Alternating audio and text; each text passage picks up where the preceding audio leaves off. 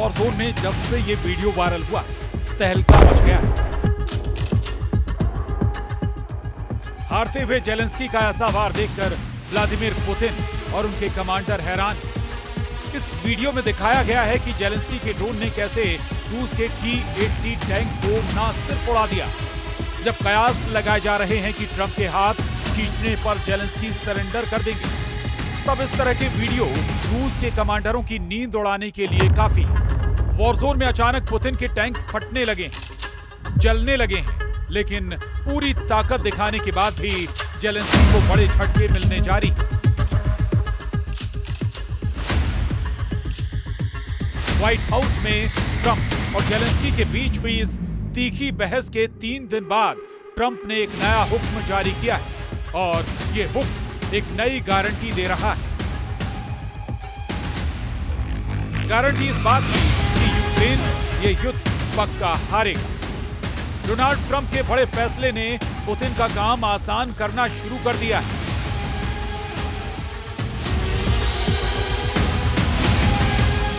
Donald Trump ने उस highway को बंद कर दिया है जिससे यूक्रेन तक अमेरिका के हथियार पहुंचाए जा रहे थे। ट्रंप ने यूक्रेन को दी जाने वाली हथियार और बाकी मिलिट्री मदद पर रोक लगा दी। यानी अभी तक जो हथियार जेलेंस्की को मिले हैं, उसके बाद अमेरिका से कोई हथियार अब यूक्रेन नहीं पहुंचेंगे, क्योंकि अब रास्ते में खड़े हैं डोनाल्ड ट्रंप और उन्होंने हथियार सप्लाई पर स्टॉप वाला ऑर्डर जारी कर दिया। यूक्रेन में बहुत भयंकर युद्ध चल रहा है।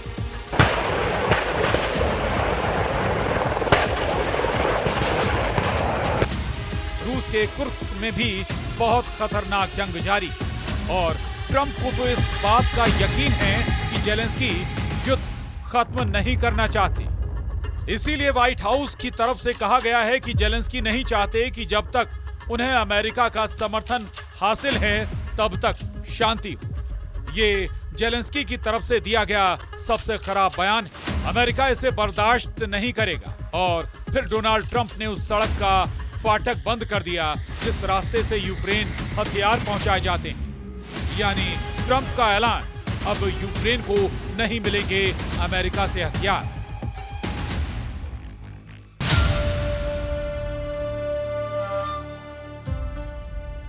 जैसे ही ये खबर रूस पहुंची, असर दिखने लगा। यूक्रेन पर हमलों को लेकर पुतिन के कमांडरों का हौसला बढ़ गया। यूक्रेन के ओदेसा और सूमी में जहां जहां पुतिन के ड्रोन और मिसाइलें गिरी, वहां सब कुछ जलकर राख हो गया। पुतिन मारियुपोल में 2022 में ही कब्जा कर चुके हैं। अब वो दूसरे बंदरगाह वाले शहर ओदेसा को जीतना चाहते हैं। ओदेसा अब भी ऐसा पोर्ट है जहां से यूक्रेन के गोदाम भरे जा रहे हैं।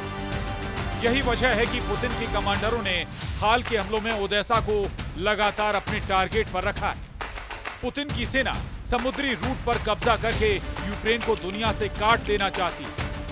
इसीलिए पुतिन की आर्मी ने लगातार ओदेसा के ऊपर दबाव बनाया हुआ है। लेकिन इस वक्त पुतिन की नजर नीप्रो नदी पर भी है।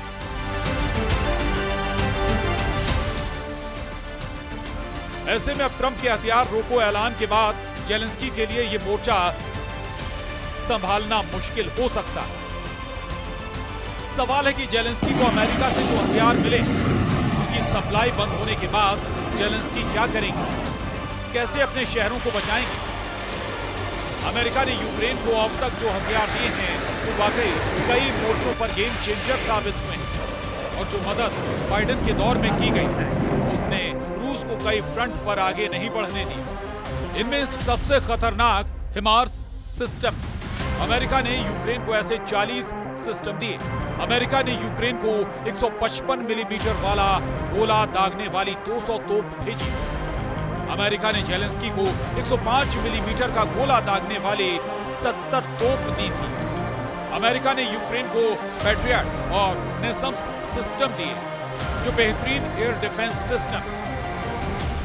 इन्हीं की मदद से जेलेंस्की ने पुतिन की 7 हाइपरसोनिक मिसाइलों को मार गिराया और रूस के लड़ाकू विमान पर कीव के आसपास उड़ने से परहेज करते रहे।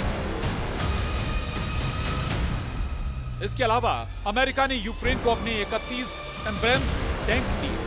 अमेरिका ने यूरोप के देशों के जरिए 45 T-72 टैंक भी सप्लाई करवाए।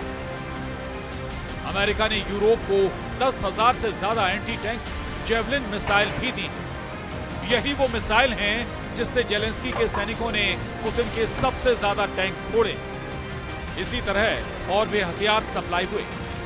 अमेरिका ने 20 हेलीकॉप्टर भी भिजवाए, जिसमें अटैक हेलीकॉप्टर भी शामिल।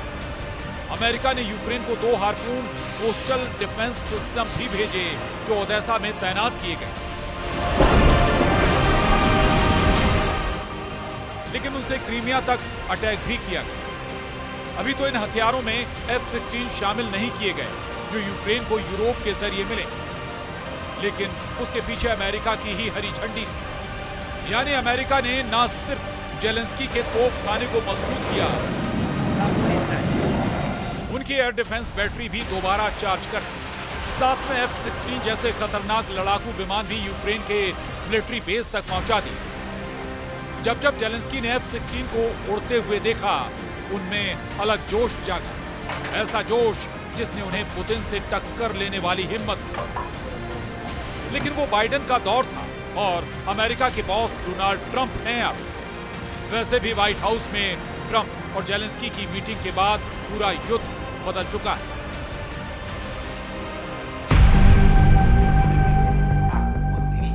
अब बड़ी खबर यह है कि यूक्रेन ने रूस की सेना पर बहुत बड़ा दावा किया है। खेरसोन में जेलेंस्की के कमांडरों का दावा है कि निप्रो नदी के मोर्चे को रूस किसी भी कीमत पर जीतना चाहता है। यूक्रेन का दावा है कि रूस के कमांडर यहां सैनिकों को आत्मघाती मिशन अंजाम देने का ऑर्डर दे रहे हैं।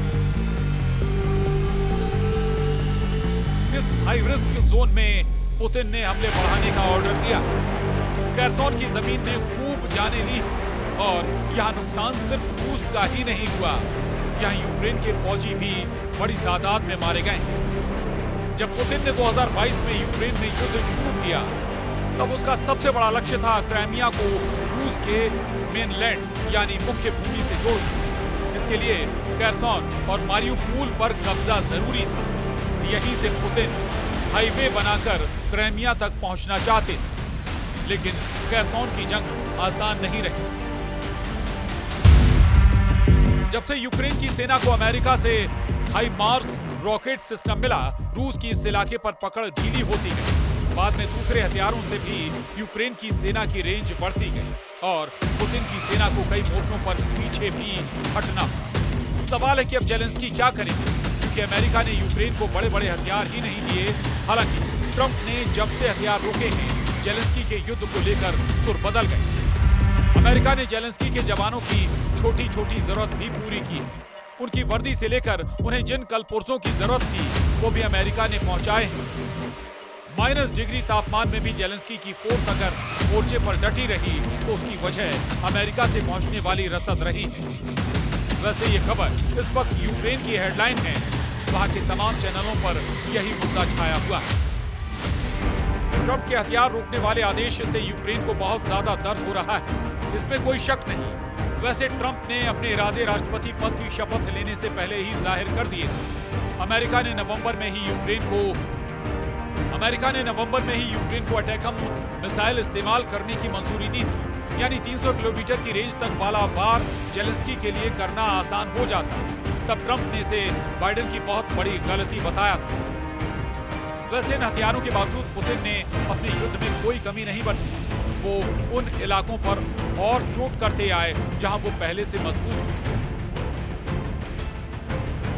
यूक्रेन के नक्शे पर ये ईस्ट कॉरिडोर देखिए, यानी डॉनबास का वो रीजन जहां लुहांस्क और डोनेस्क इलाके आते हैं। इसके साथ ही रूस दक्षिण में मारियुपोल और क्राइमिया तक रेड कॉरिडोर बनाना चाहता और इन्हीं इलाकों में मजबूत पकड़ हासिल करके वो यूक्रेन को बांटने वाली नदी नाइपर के जरिए ईस्ट और वेस्ट वाला फ्रंट तैयार करना चाहता है। अगला एक हफ्ता यूक्रेन के लिए बहुत अहम होने वाला है। जो हथियार रोकने का ऐलान हुआ है, जो भी अलग अलग फ्रंट से जेलेंस्की के पास बनाएंगे, तब कमांडर बताएंगे कि कौन से हथियार खत्म हो चुके हैं, कितने और बारूद की जरूरत है। तब जेलेंस्की के सामने असल चुनौती नजर आएगी। Bureau report.